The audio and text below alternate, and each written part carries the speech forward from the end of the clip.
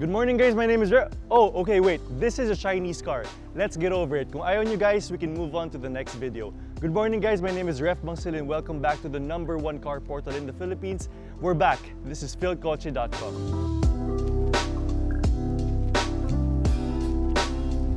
Okay, so most of you guys remember Chery.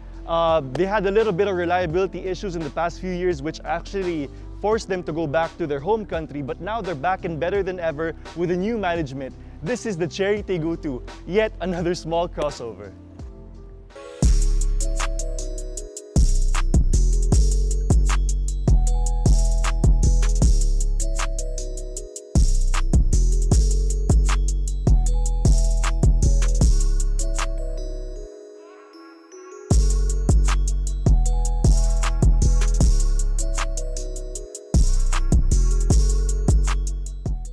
So let's start with the front face of the Chery Tiggo. The first thing that I noticed here is the honeycomb grille that goes all the way from the left to the right. It also extends down here to the DRLs. And yes guys, it also has daytime running lights. However, I think it's kind of weird that it doesn't have fog lamps, but I think that's very unique.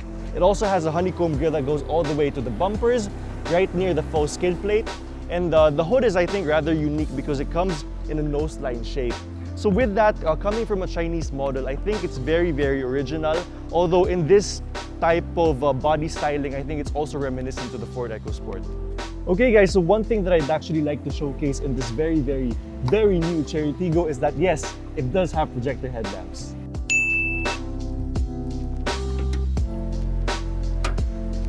So the Chery Tiggo is fitted with a 1.5-liter engine that has around 106 horsepower and 135 Newton meters of torque. Compared to the EcoSport, which has the same displacement, it is, however, a little less powerful, but just enough to pull its 1,200 kilos of weight. So last week, unfortunately, due to the GCQ, we were only able to drive it around the city, but with that, we were able to get 7.4 kilometers per liter at an average of 40 kilometers per hour.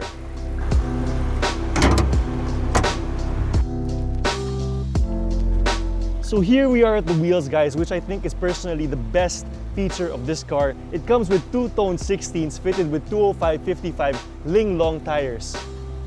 So let's focus on the side features of the Chery Tiggo. It has side mirrors that come with turn signals. It also has character styling that go all the way to the back. I think it also has rather unique door handles that come with chrome trims. It also has roof rails that are also covered in chrome. And if you notice here, it also has very thick claddings that kind of remind me of the Subaru XV or the Hyundai Kona. So one thing I find rather interesting here is this faux hood or air scoop right here. Rather weird, but I think pretty interesting on Chery's part for including that there. And if you go all the way here guys, may makikita kayong exposed body panel dito. Just a reminder, it's not a reflector light or anything guys, so you might be confused. So let's focus on the rather interesting area of perspective of the Chery Tiggo. It does come with LED taillights, which I think is actually rather cool. And if you notice, the rear cladding from the fenders actually extend all the way to the other side. So guys, mahilig sila sa cladding. And with that, it also comes with rear view parking sensors. And not only that, but also a rear view camera. So guys, hindi kayo mahirapan sa pag-park. And if you go all the way down here, wala man siyang fog lamp sa harap, pero meron siyang fog lamp sa likod. So I think that's rather cool. So guys, I have a rather interesting story. Last week kasi when I got to test drive this car, na-post ko yung emblem niya sa Instagram account ko, which is Ref Bangsil on Facebook and Instagram, by the way. So with that, pagka-post ko nito, people actually thought that it was the Infiniti brand that was coming to the Philippines, and many were shocked that it was Chery that was coming back instead. So let's focus on the rear layout of the Chery Tiggo, which I think is rather interesting. If you guys noticed, medyo mataas yung loading dock niya, so it will take a little bit more effort for the average person. However, okay lang naman siya. So anyway, with that, it also comes with the standard spare tires. However guys, ang kasama dito is actually only a donut tire. Okay rin naman because it saves weight. However, you can only go around 80 kilometers per hour on this, just enough para makarating ka sa gas station. So here's something rather interesting. The Chery Tiggo has an odd but very unique feature that I haven't seen in any cars lately. It actually has an anti-kidnapping feature. For in an instance, you get stuck in the trunk area of the car, pwede mo siyang tanggalin, simply take it off, and then meron siyang hook that simply unlocks the trunk.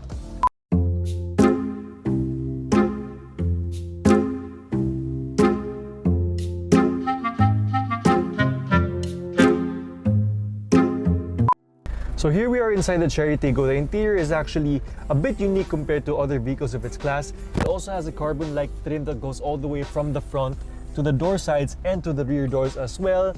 And as of right now, we're gonna focus on the steering wheel. As for the steering wheel, meron siyang volume control buttons and also settings to find out kung ilan na yung odometer mo, trip A, trip B, etc. And it also comes with cruise control, which I think is a very fancy feature. As for the digital gauge cluster, it's actually a semi-digital gauge cluster which has fuel and coolant and all of your basic needs. As for the media section, meron din tayong 8-inch touchscreen head unit dito that also has Bluetooth compatibility.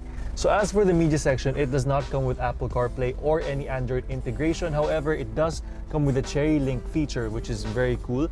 And as you go down here, there are also 12-volt charger ports and also a USB charger port right here. And if you go down, it does come with a shiny trim around the shift knob for the gear shifter. This is actually scratch prone, and if you go here, as you would expect for the price, pretty sturdy plastic. It does come with two cup holders right here and a little area here where you could put your wallet or any other stuff. And as for the dashboard, it's actually it's obvious plastic, not too cheap but obviously not too expensive either. It's just enough to it's okay for the base price that it is. And as for the seats, if you noticed, it's black leather that meron siyang medyo parang orange stitching that goes around as well.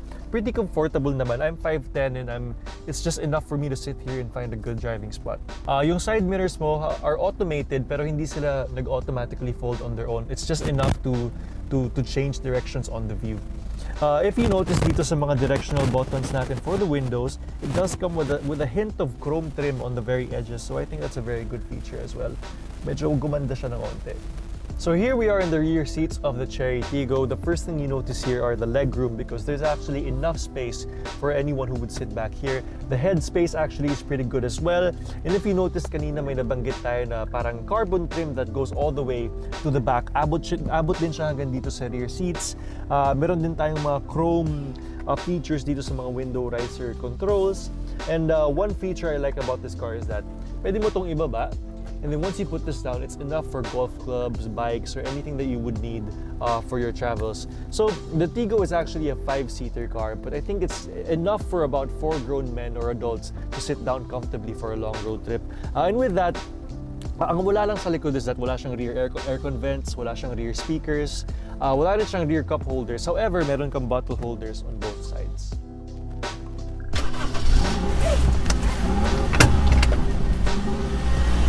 So guys, here we are at the Chery Tiggo. We're driving it around the city, and the first thing that you notice is that given a 1.5-liter engine, it's actually pretty fast to accelerate.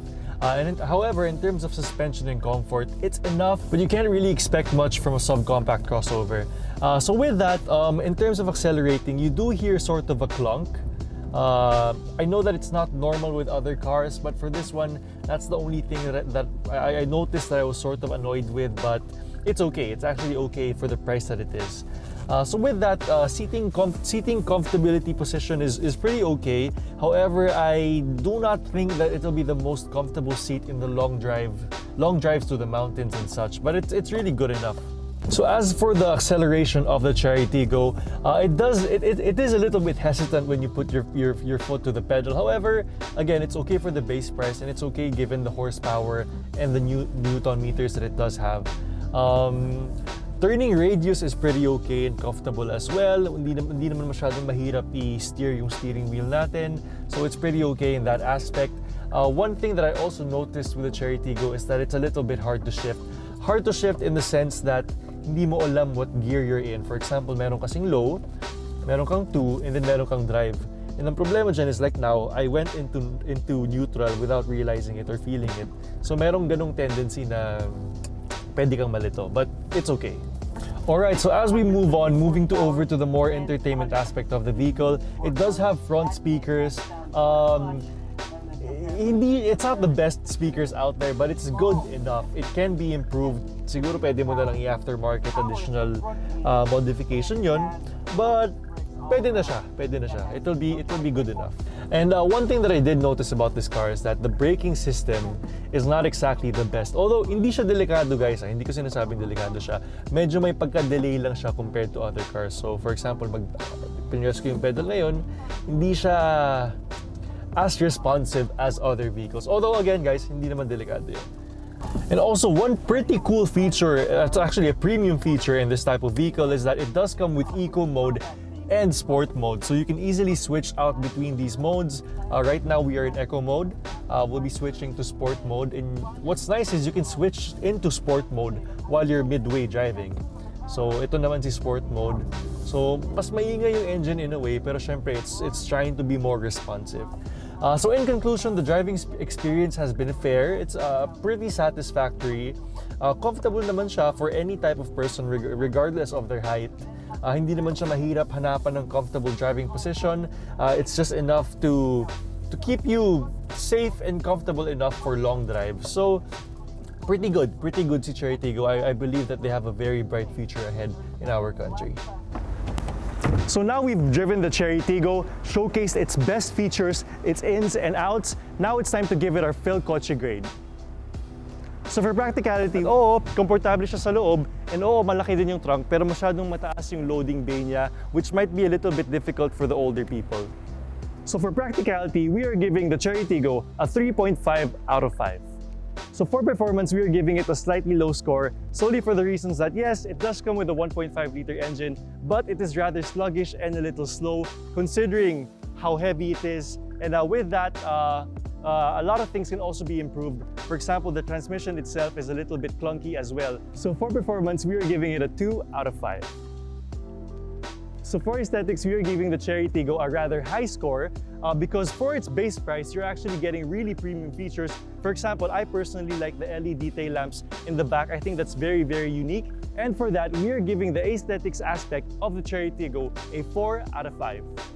And so for our last Philkotse grade, we are going to look at value for money. Value for money, this car is actually getting a really, really high score.